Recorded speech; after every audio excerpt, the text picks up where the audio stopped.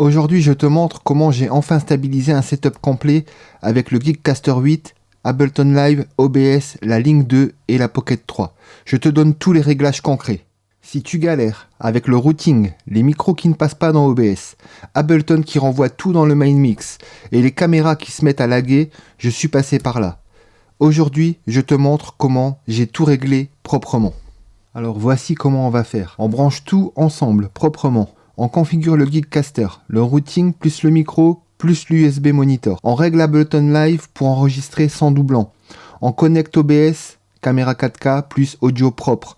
Et on fait un test final complet. Le Geekcaster 8 a 3 zones critiques. Le routing USB, le traitement micro et l'USB monitor. Donc en fait, au niveau du routing, ici, en 2, j'ai connecté mon micro. Donc c'est un SM7B sur lequel j'ai un FETED. Donc du coup c'est pour ça qu'il est alimenté en 48 volts, comme vous pouvez le voir ici.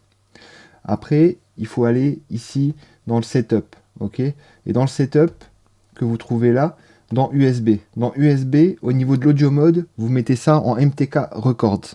Ok. Ça va vous permettre de récupérer les sorties dans Ableton Live. Ensuite, au niveau de l'USB monitor, ici, ce qu'il va falloir faire, c'est... Je vais vous montrer ça plutôt directement sur l'écran de l'application du Geekcaster.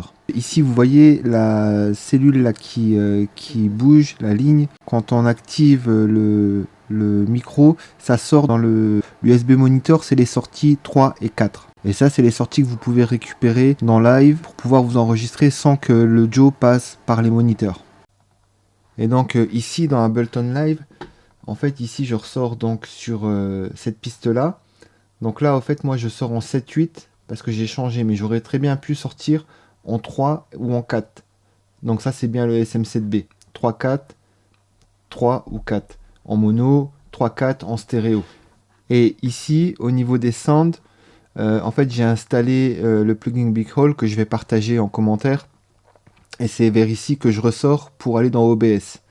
Et comme vous pouvez le constater, ici au niveau du main, j'ai mis tout à 0. Donc je ne sors rien dans les moniteurs. C'est histoire de ne pas avoir de retour et de feedback négatif par rapport au moniteur. Donc ici, au fait, dans OBS, c'est super simple. Ici, j'ai le retour de Ableton. Donc au fait, c'est simple. Hein. J'ai ici été dans mes périphériques agrégés parce que j'avais créé un périphérique agrégé entre le Geekcaster et le plugin. J'ai sélectionné les bons canaux qui sont pour moi le 21 et le 22. Donc c'est ce qui ressort ici. Donc là ça tape dans le rouge, mais on peut voir que je suis en dessous du 0 dBFS. C'est juste parce que ici je suis réglé directement pour avoir un son qui est cohérent avec YouTube. Mais si maintenant vous voulez ajouter une caméra, il suffit ici d'aller dans plus, d'aller sélectionner soit capture carte d'acquisition, ok, ou soit capture d'un périphérique vidéo. Et voilà, c'est aussi simple que ça. Toi aussi, maintenant, tu es prêt à configurer ton setup avec OBS et à pouvoir enregistrer tes vidéos comme tu veux, etc. Voilà, merci d'avoir écouté, merci d'avoir passé du temps avec moi. Ciao!